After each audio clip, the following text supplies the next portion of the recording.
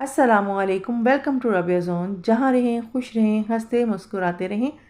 दिन भर आप बहुत सारे काम करते हैं और इन कामों को करने में आपको बहुत सारी मुश्किलात भी पेश आती हैं।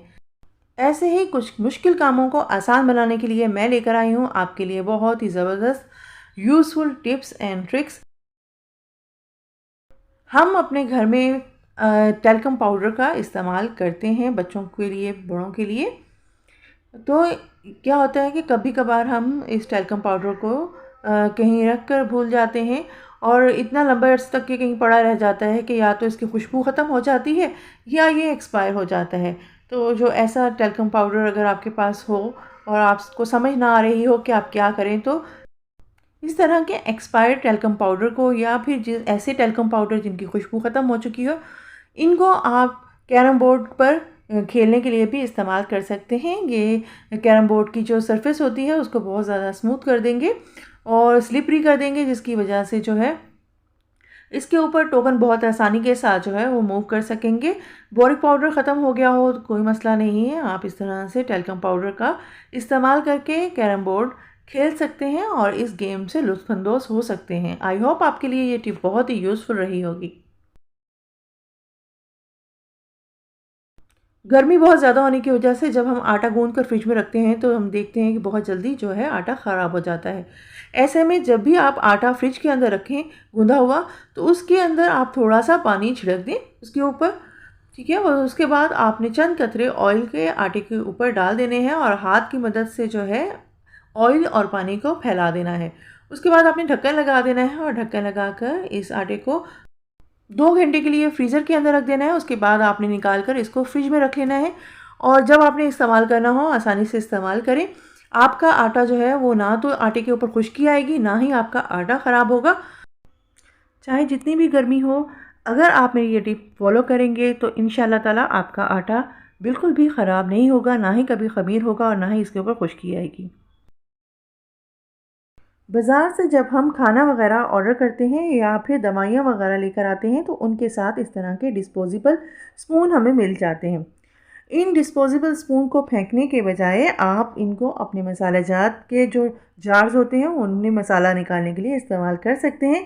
अगर स्पून बड़े हैं तो उनको आप अपने लंबे मसाला जात के जो जार हैं उनमें इस्तेमाल करें। जैसे मैंने पत्ती के डब्बे के अंदर जो है लंबा स्पून रख दिया और इस तरह से नमक और धनिया के जार में मैंने छोटे डिस्पोजेबल स्पून रख दिए हैं। इस तरह से मुझे मसाला निकालने में आसानी होगी और डिस्पोजेबल स्पून भी मेरे इस्तेमाल में आ गए हैं।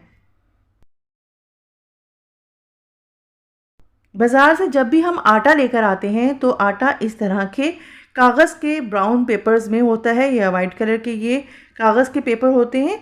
उन इस तरह के थैले जो हैं वो हम आटा निकालने के बाद जो है वो या तो फेंक देते हैं। यहाँ मैं आपको इसका एक बेहतरीन इस्तेमाल बताऊँगी जो कि आपके लिए बहुत ही कारआमद होगा।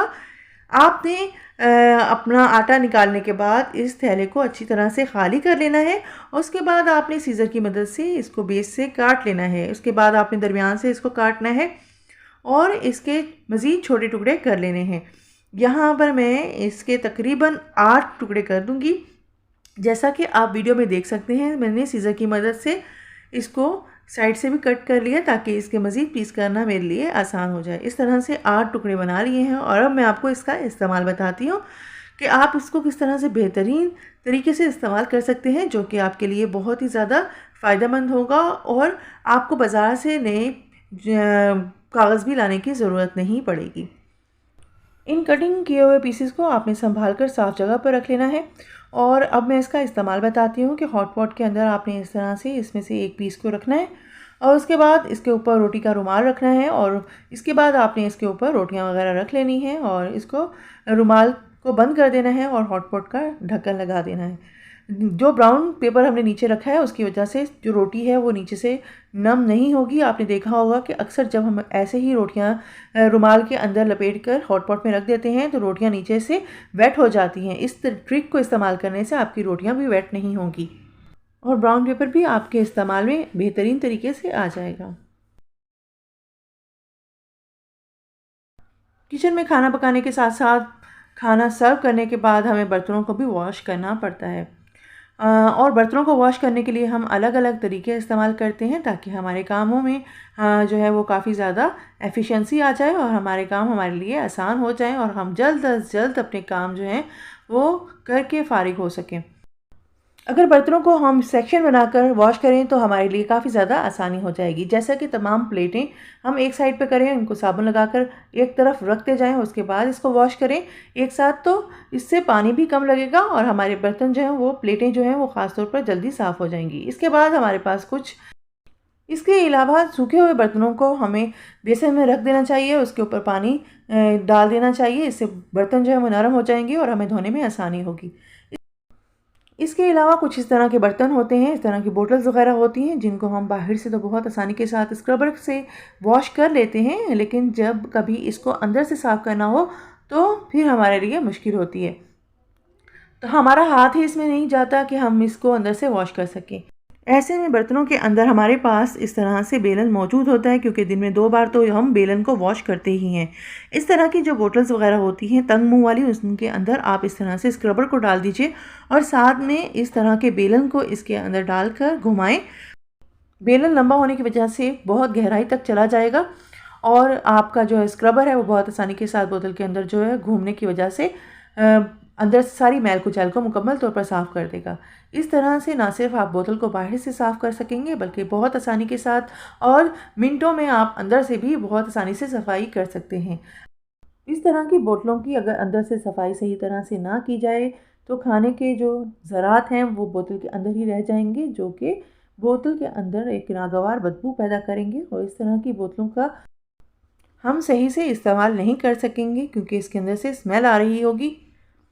इस तरह आप देख सकते हैं कि मैंने एक बेलन की मदद से बोतल को बहुत अच्छे तरीके से अंदर से गहराई तक जो है वो क्लीन कर लिया है। अब बिल्कुल ये बोतल अंदर से बिल्कुल हाइजीन हो चुकी है, बिल्कुल क्लीन हो चुकी है। और इस तरह से जो सूखे हुए बर्तन थे पानी में भिगोए हुए हमने, ये बर्तन भी हमारे काफ़ी हद तक नरम हो गए हैं। अब हम पानी निकाल देंगे और इन बर्तनों को सोप लगाकर जो है हम एक साइड पर रखते जाएंगे और इसके बाद हम वॉश बेसिन को क्लीन कर लेंगे और तमाम के तमाम बर्तन वापस हम सिंक में रखेंगे और इनको वॉश कर लेंगे। इस तरह से हम बहुत आसानी के साथ जो है अपने टाइम को कम से कम इस्तेमाल करते हुए अपने बर्तन जो हैं वो ज़्यादा से ज़्यादा वॉश कर सकते हैं। तमाम बर्तन साफ़ करने के बाद आप एक बार फिर से साबुन लगाकर अपने बेसन को और शेल्फ़ को अच्छी तरह से क्लीन कर लीजिए। आई होप आपके लिए आज की टिप्स बहुत ही यूज़फुल रही होंगी। मज़ीद अच्छी अच्छी टिप्स एंड ट्रिक्स के लिए मेरे चैनल को सब्सक्राइब कर लीजिए और साथ में लगे बेल आइकन को प्रेस करना मत भूलिए। मिलते हैं नेक्स्ट वीडियो में कुछ न्यू टिप्स एंड ट्रिक्स के साथ। जब तक के लिए अपना बहुत सा ख्याल रखिएगा। अल्लाह हाफिज़।